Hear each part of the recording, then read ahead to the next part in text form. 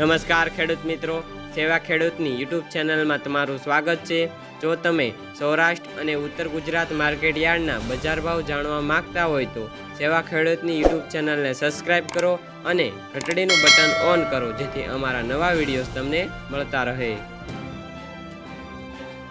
તો આજે તારીખ 23/5/2024 ને વાર ગુરુવારના રોજ થરાદ માર્કેટ યાર્ડના તાજા બજાર ભાવ વિશેની માહિતી મેળવશું।